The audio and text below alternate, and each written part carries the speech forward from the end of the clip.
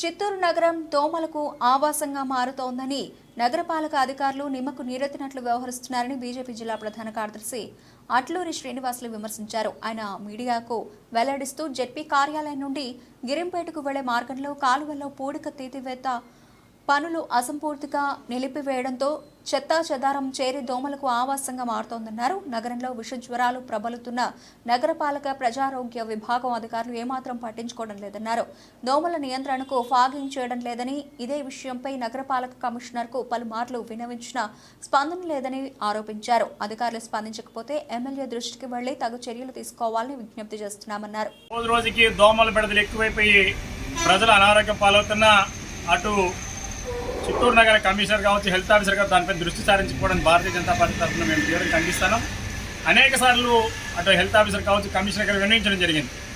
Chittoor తపోన school దగ్గర నుండి ZP office వరకు కాలువలో ఉన్న పూడికలు తీసిన తర్వాత అక్కడ దానిపైన సంబంధించి దోమలు ఉత్పత్తి కాకుండా దానికి సంబంధించిన ఆ ఎథనాల్కి సంబంధించిన మీరు స్ప్రే చేయని అనేక సార్లు అధికారుల దృష్టికి తెచ్చినా కూడా దానిపై దృష్టి సారించకుండా కొన్ని చోట్లయితే కాలువలు పూర్తి స్థాయిలో కప్పబడి ఉన్నదనమాట.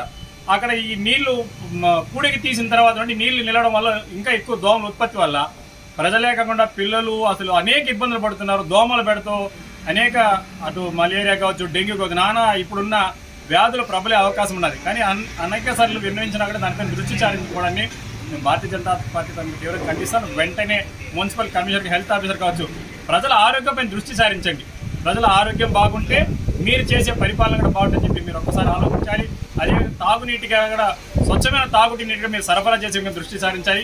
కలవకుంట నుండి వచ్చే ఇక్కడ వచ్చే ట్యాంకుల ద్వారా కావచ్చు, అదేవిధంగా దాన్ని స్వచ్ఛమైన నీరు వచ్చే విధంగా చూడాల్సిన బాధ్యత కూడా అటు హెల్త్ ఆఫీసర్కి ఉన్నది, అదేవిధంగా కమిషనర్ గారికి ఉంది.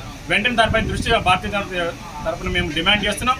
ఖచ్చితంగా లేనిపోతే ప్రజలందరూ కూడా ఖచ్చితంగా అటు అధికారుల పైన కూడా ఎదురు తిరిగే అవకాశం అవుతుంటే మీరు ఒకసారి దీనిపై దృష్టి సారించి మేము డిమాండ్ చేస్తున్నాం. ఈ మధ్యలో కూడా ఎమ్మెల్యే గారు ప్రత్యేక దృష్టి సారించి పొన్నెమ్మగుడి వీధిలో కూడా కాలువల పైన ఉండేటువంటి మొత్తం తొలగించి అక్కడ ఆ కాలువ నీళ్లు స్పష్టంగా వెళ్ళే ప్రయత్నం చేయడం జరిగింది. కమిషనర్ గారు దాన్ని ప్రత్యక్షంగా చూడడం జరిగింది.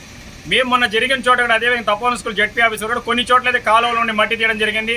కానీ మిగతా చోట్ల పూర్తి స్థాయిలో కొట్టకుండా దాన్ని పూర్తి చేయకుండా ఉండడం వల్ల అక్కడ దోమలు ప్రబలే అవకాశం ఎక్కువగా ఉంది. దానివల్ల అనారోగ్యం పడే అవకాశం ఉంది. దీనిపైన వెంటనే కమిషనర్ స్పందించాలి. లేని పక్షంలో మేము కూడా తప్పకుండా ఎమ్మెల్యే గారి దృష్టికి తీసుకెళ్లి ఖచ్చితంగా మీ పైన యాక్షన్ తీసుకోమని చెప్పడం జరుగుతుంది.